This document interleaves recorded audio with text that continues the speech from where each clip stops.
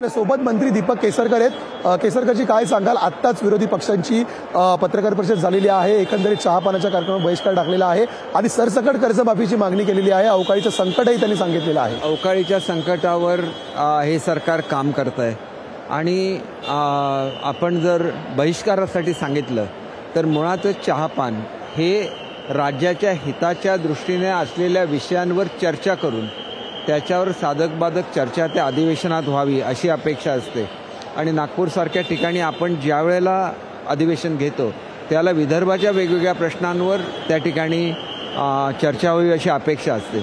लोकशाहीमध्ये हे संकेत पाळायला लागतात कारण शेवटी हे विधिमंडळ हे महाराष्ट्रातल्या लोकांचं प्रतिनिधिक असतं आणि त्याच्यामुळे असे काहीतरी मागण्या करणं की ज्या प्रत्यक्षामध्ये येणं शक्य नाही, मग त्यांची स्वसत्ता होती, त्यांनी कधी मदत नाही केली, आम्ही मदत केल्यानंतर ती मदत कशी अपुरी आहे असं दाखवण्याचा जो प्रयत्न होतो तो चुकीचा असतो।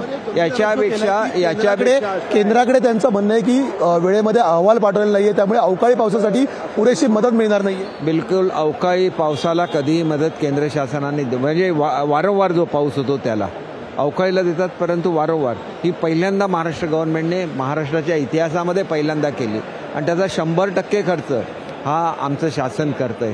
त्याच्यामुळे विनाकारण शेतकऱ्यांची दिशाभूल होता कामा नये।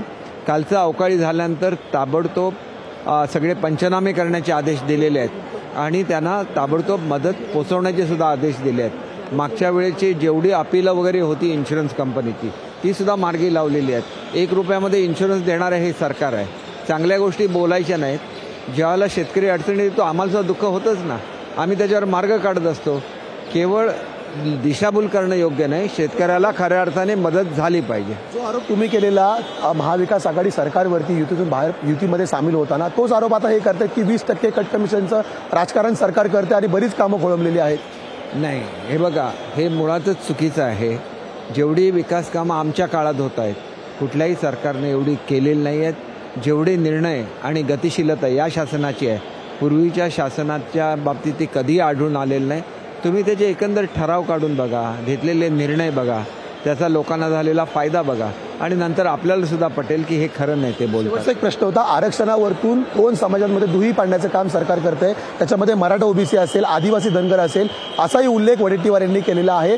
तर या संदर्भात तोडगा या अधिवेशनात पाहायला मिळेल का? आणि दुसरी गोष्ट, जी समाजामध्ये दुही वाढताना पाहायला मिळते ती कशा प्रकारे मिटवली जाईल? कारण थोड्या वेळापूर्वी छगन भुजबळ यांनी सांगितलं की मराठा समाज हे ओबीसींचं आरक्षण आता घेऊन चाललेले आहेत, त्यांचा कुणबीमध्ये समावेश केलेला आहे। ही असता कामा नये, याच्यावर आम्ही एवढे ठाम आहोत की आम्ही दोन्ही सांगितलेलं आहे की ओबीसींच्या आरक्षणाला कुठलाही धक्का न लावता आम्ही मराठा आरक्षण देणार आहोत। आमचं जे क्युरेटिव्ह पिटिशन होतं आज तर त्याच्या संदर्भातली मीटिंगसुद्धा आहे, म्हणजे त्याला इन चेंबर जे म्हणतात तसं ते हिअरिंग करून आमची बाजू जर ऐकण्याचं कबूल केलं तर आपोआप मराठा समाजाला न्याय मिळणार आहे।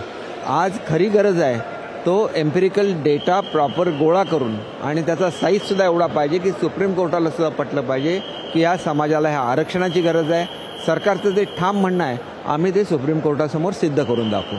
निश्चितच हे होते जगदीश केसरकर आणि आजच्या क्युरेटिव्ह पिटिशनकडे नक्कीच सरकारचंही लक्ष असेल, तसंच सर्व मराठा समाजाचं लक्ष आहे। कारण या क्युरेटिव्ह पिटिशन संदर्भात नेमकं न्यायालय आता पुढे सरकारची बाजू मांडून घेतंय की क्युरेटिव्ह पिटिशन ही धुडकावून लावतंय हे पाहावं लागेल। कारण जर क्युरेटिव्ह पिटिशन धुडकावून लावली तर मराठा आरक्षणाचा मार्ग आहे तो कायमचा बंद होऊ शकतो, या उलट सरकारसमोरील अडचणी वाढू शकतात। जगदीश, चेतन, तो असाच जोडला गेला।